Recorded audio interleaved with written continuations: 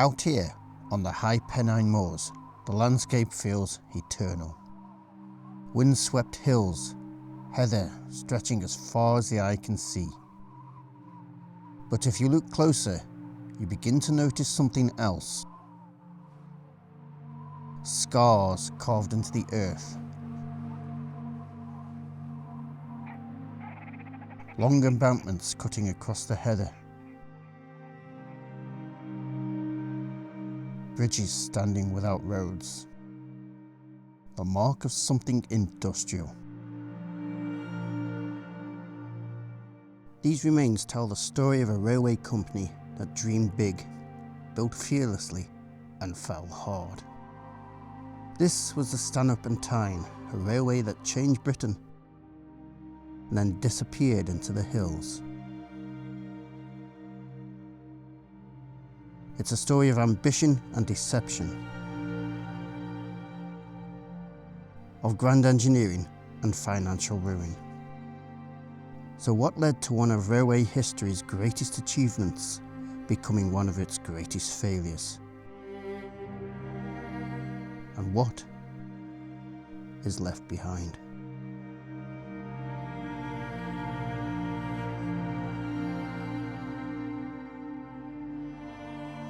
This is Rails and Revolutions, the history that built us, the forces that shaped us.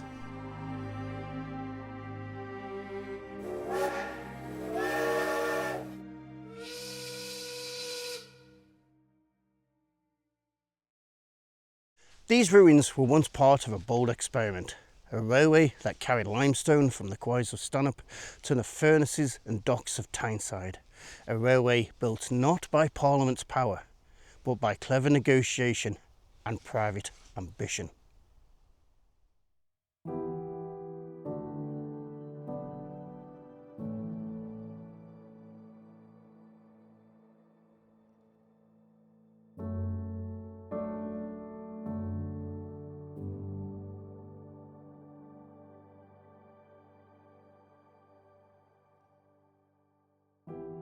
On 20th November 1831, William Wallace of Westow struck a deal to lease coal seams at Consett.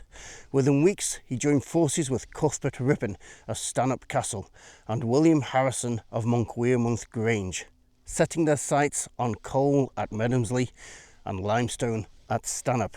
The plan?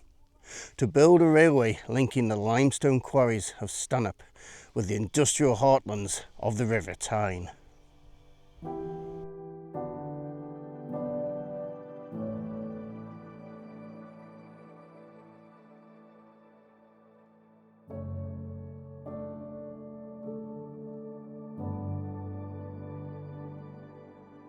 Harrison briefly considered upgrading the old pond top wagonway, but soon abandoned that idea.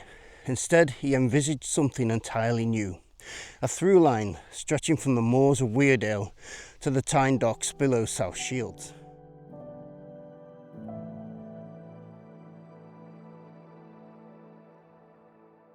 On 30th of January 1832, solicitor Russell Bowlby drew up the deed of partnership for the Stanhope Railroad Company. More investors followed, many from London, including brother John Fairweather Harrison. Rather than seeking parliamentary approval, a costly and risky process, the partners made voluntary arrangements with landowners, paying rent in the form of wayleaves. This clever approach avoided public scrutiny and gave them access to valuable mining rights along the route. By July 1832, construction had begun at Stanhope under the eye of Robert Stephenson as consulting engineer and Thomas Elliot Harrison, William's son, as acting engineer. The moorland terrain was ideal, wide, empty, and requiring little earthwork except for a handful of inclines and a short tunnel. By October, construction was in full swing. Engine houses rose on the hillsides. The dream of connecting the moors to the Tyne was becoming reality. Some remnants still exist, and some of the line actually is still in use as pass cycle routes and even as a railway line. Today we will trace that track and look at what remains. We're beginning our journey here at Parkhead, high above Weardale, not at Stanhope itself.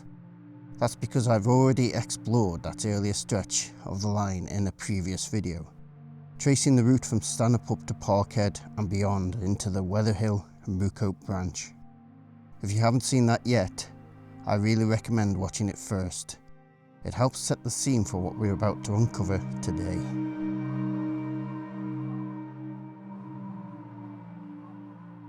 From here, at Parkhead, the Stanhope Tyne began one of its most spectacular descents, down a chain of steep inclines that once rattled with the sound of ropes, wagons and steam. At the Parkhead wheelhouse, loaded limestone wagons were attached to a tail rope and carefully let down the hillside. The incline here was no small slope, 1.5 miles long, falling at gradients of 1 in 80 and 1 in 82.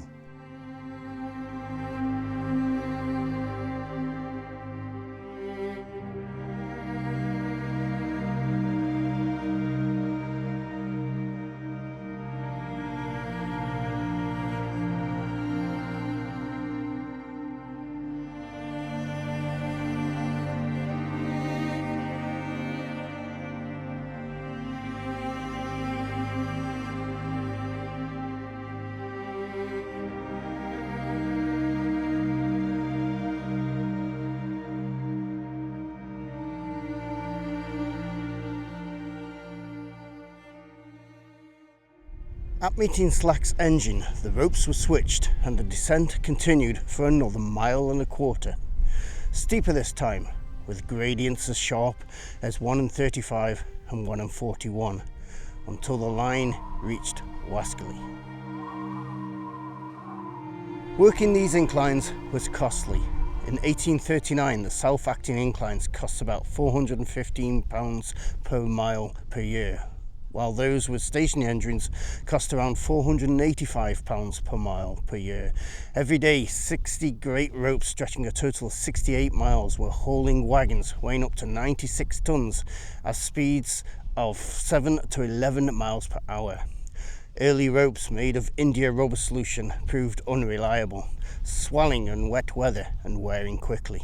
By 1835, only hempen ropes were used, often tarred to reduce friction, yet they rarely lasted more than 7 months.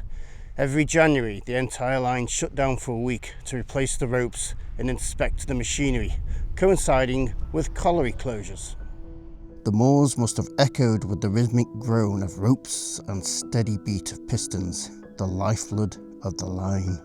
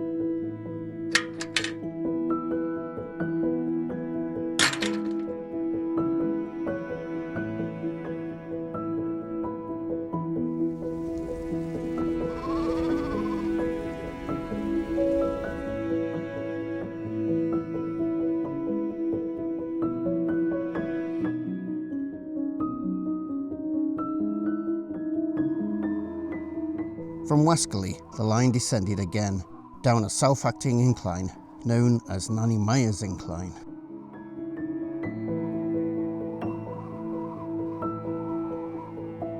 It was about 3/4 of a mile long, dropping at a sharp gradient of 1 in 41. Loaded wagons going down would pull empty ones up, connected by a single endless rope. Gravity did the work, the weight of the stone itself powering the railway. The name comes from Nanny Meyer, a farmer's widow who lived nearby. She was around 70 when the line was built, running a 60-acre farm with her sons. The railway cut right across her land, and her name became forever attached to the slope, one of the steepest on the route. Nanny Meyer was more than a name on a map. Seeing the constant movement of men and wagons past her door, she opened an alehouse in her farmhouse to serve the railwayman who worked here. Known as the Railway Inn, it became a hub of refreshment and warmth amidst the harsh moorland.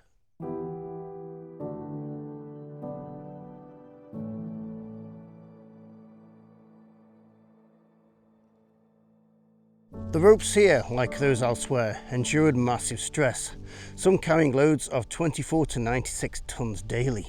Stationary engines could handle between 2,000 to 4,000 tonnes a day, depending on the incline.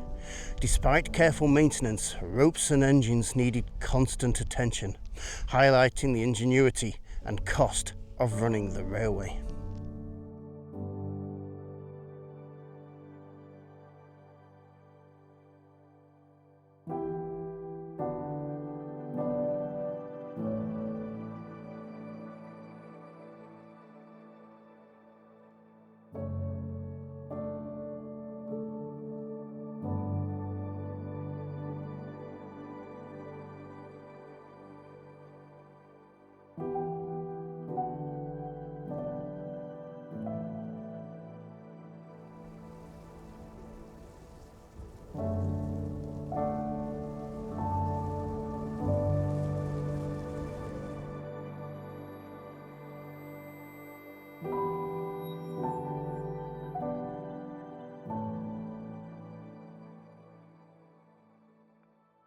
The incline remained in use until 1859, when a new deviation replaced it. Today, only low walls and earthworks mark where Nanny Meyer's home once stood, slowly sinking back into the moor, yet the path of the incline remains clear.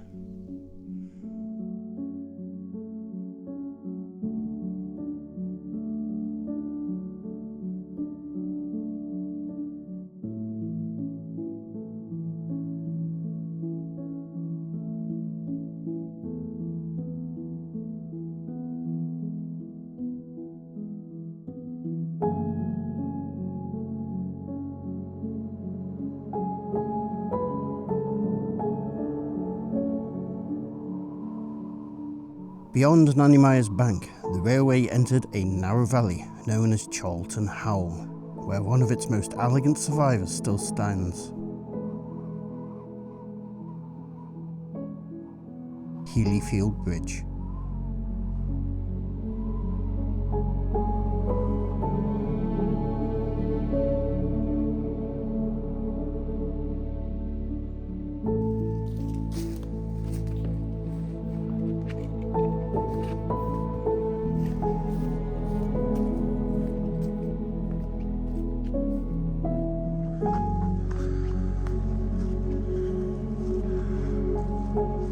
This bridge, with its distinctive horseshoe-shaped arch, is unusual amongst the Stanhope Tyne relics. It spans a cutting through the wooded valley, held aloft by stone, shaped with care, almost sculptural. Healeyfield Bridge carried farm traffic over the active line until 1859, when the line through this section was closed. Today, the arch remains intact and impressive.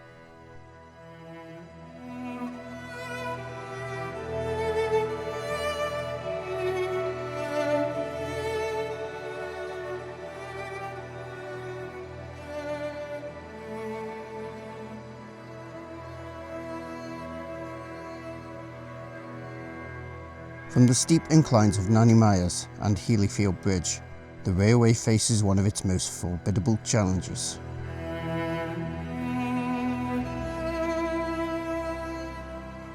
Crossing the deep, dry valley of Hownsgill.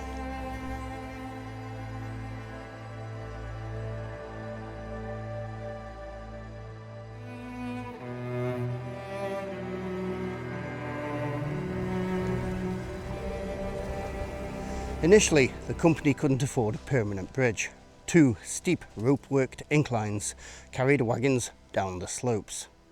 Wagons were transported sideways in cradles, powered by a stationary steam engine at the valley bottom.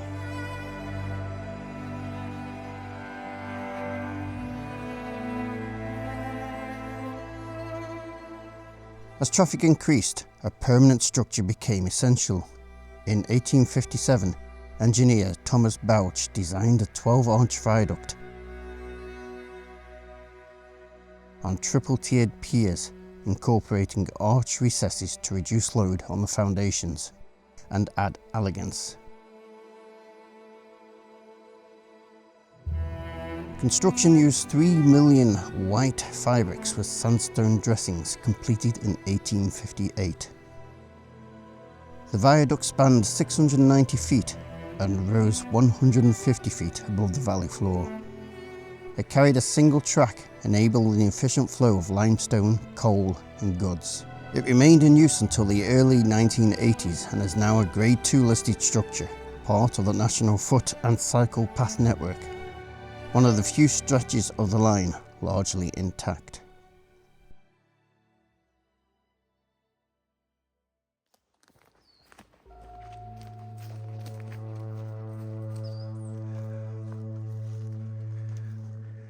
Just beyond the viaduct, we find Hownsgill Quarry.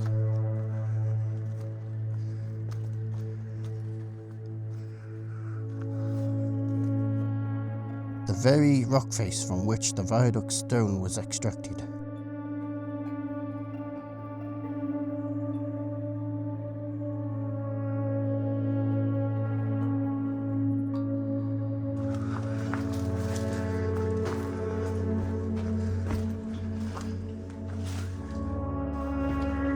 The quarry is a strange, almost cave-like environment, with hand-cut chambers echoing the efforts of the men who wandered here. Stone was carefully quarried, shaped and transported down to the viaduct site. Standing within these hollowed out spaces, it's easy to sense the immense scale of labour involved. Thousands of tons of fabric and sandstone, all carved by hand from the valley itself. Every pier and arch of the Hownsgill Viaduct was a product of human skill and endurance.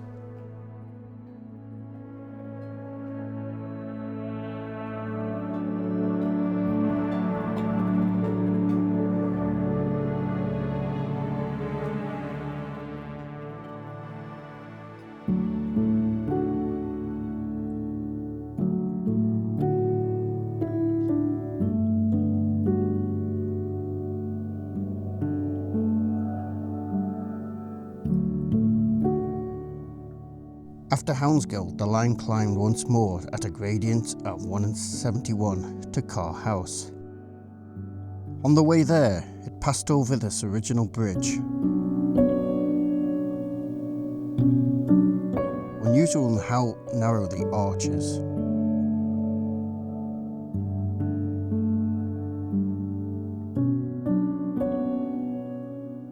Its strength restored by later strengthening bolts. Affectionately labelled with the name of the railway. Also located here is an original ladle from the ironworks. A visceral link to the past for walkers and cyclists who pass by. The Carrhouse engine house was at the village of Consett, still a small village when the railway first arrived. But the Stanhope Tyne changed everything. By the 1840s, Consett's furnaces were blazing day and night, fueled by limestone and coal hauled down this very route. From Carrhouse, the line continued, falling at 1 in 108, both inclines being worked by the stationary engine at Carrhouse.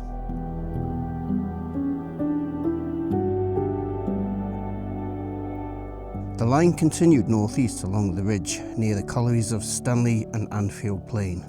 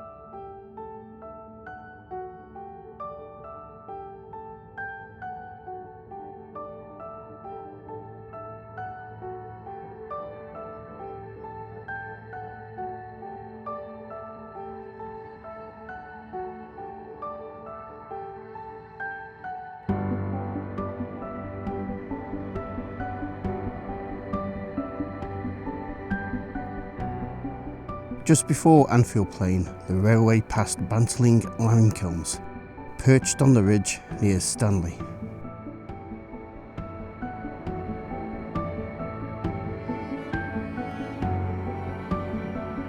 These imposing stone kilns converted limestone from the moors into quicklime, a vital material for construction and iron smelting.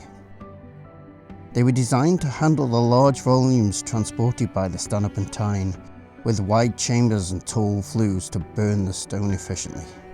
Today the kilns remain remarkably intact. The massive stone structures, though weathered, give a tangible sense of the scale and purpose of the industrial activity here. Filming amongst these kilns, you can almost hear the roar of the fires and the bustle of the men moving wagons of stone into the chambers.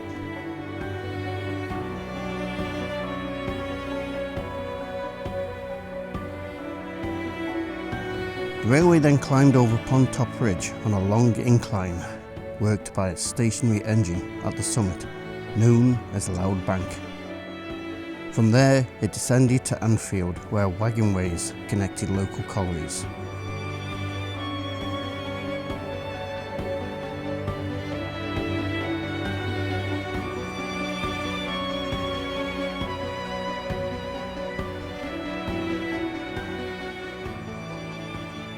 Beyond here, self-acting inclines carried wagons down to the east. Stanley Bank and Eden Hill Bank, gradually bringing the line towards more level ground. Once down the inclines, the land was much gentler, and it was worked by locomotives. All but one of the Stanhope and Tyne's engines shared the same familiar form. Compact 042 locomotives, their driving wheels linked in pairs for power and stability. 8 of these were crafted by Robert Stephenson and Company, the pioneering firm that helped shape the age of steam. By 1837, 7 locomotives worked the line, their iron wheels echoing across the moors and valleys.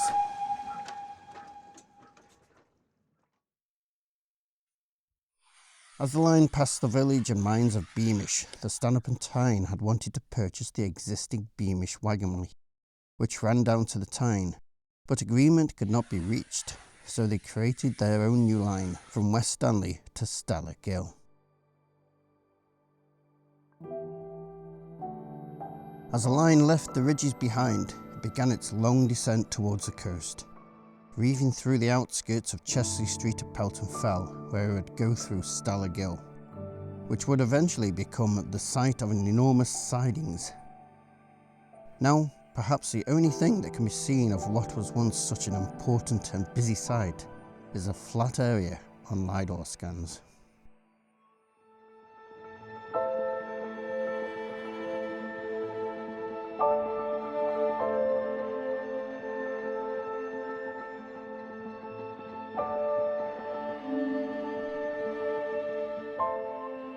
Just further up on the line, it has become the home of the Lambton Worm, a local legend, the subject perhaps of another video.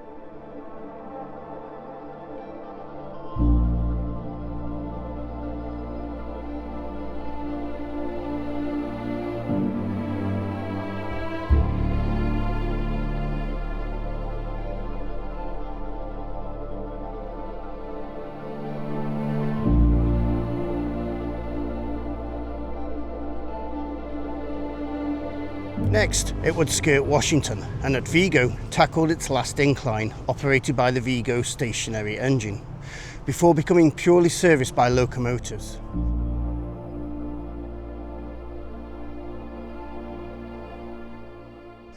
Although there are apparently some remains in the undergrowth here of the engine house, which I could not find.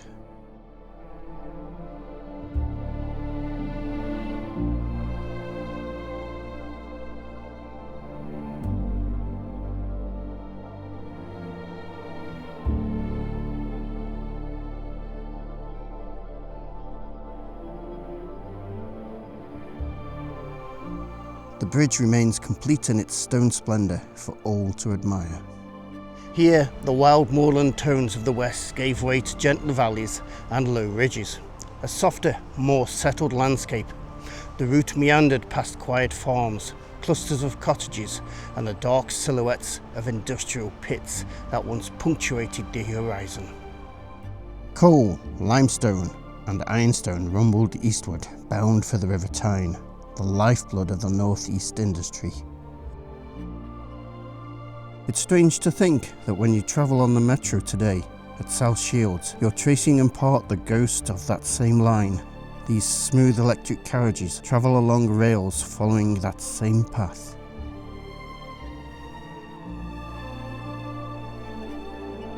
The same corridors that once rung with the hiss of steam and the rattle of chains now hum with electric current, carrying thousands of passengers each day along a route first laid out to serve coal and limestone. Stations now stand where sidings once branched towards the docks, and commuters move where railwaymen once toiled. Yet the purpose remains curiously similar: connection, movement, linking communities from the moors to the Tyne. In that sense, the Stanhope Tyne never truly died, it simply evolved. Its spirit still flows beneath every journey. Not in the rumble of wagons now, but in the hum of electric motors and the rhythm of modern life.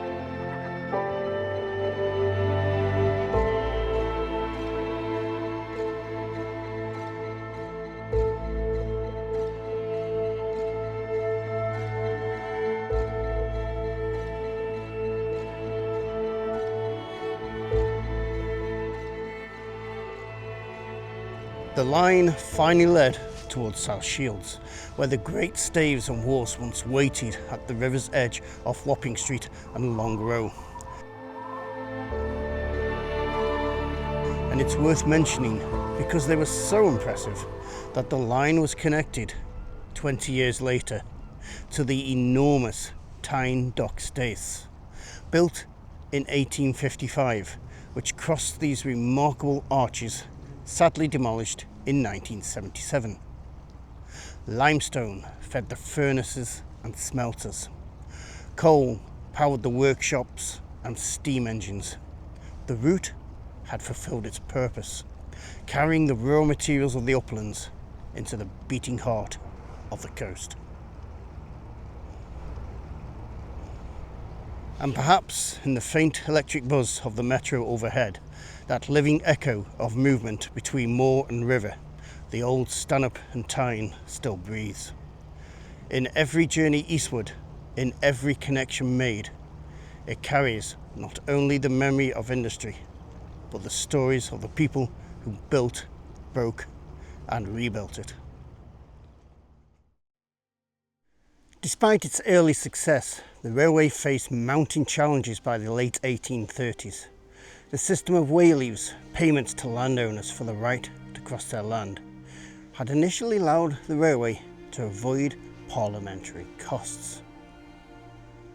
These payments increased sharply when the railway expanded and the landowners realised they were hauling minerals from such a large area, straining the company's finances. Operating the numerous inclines was also expensive, and the wear on ropes and machinery constant. In 1839, the Stanhope Tyne's costs far exceeded revenue. By 1840, the company collapsed under debt. The line was split in two. The Durham Iron Company took the section from Stanhope to Carrhouse, while the newly formed Pontop and South Shields Railway acquired the remainder, backed by Robert Stephenson and Co. Yet even in failure, the Stanhope Tyne laid the groundwork for a network that would endure for more than a century. Its routes became part of later lines serving Consett, South Shields and the coastal collieries.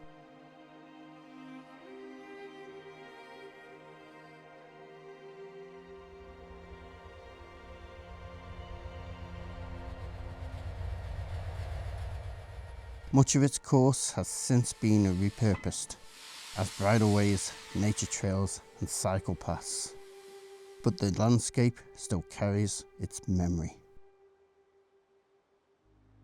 The Stanhope Tyne Railway was born from ambition, the dream of linking the barren moors to the power of the coast. It was built not by decree, but by daring, a company of merchants and engineers who believed that industry could conquer isolation. Today, the line is gone, but the landscape remembers. Every embankment, every bridge tells the same story of human determination meeting the relentless will of the land. The moors have reclaimed much of it now. Grass grows where rails once gleamed. Wind whispers where engines once roared.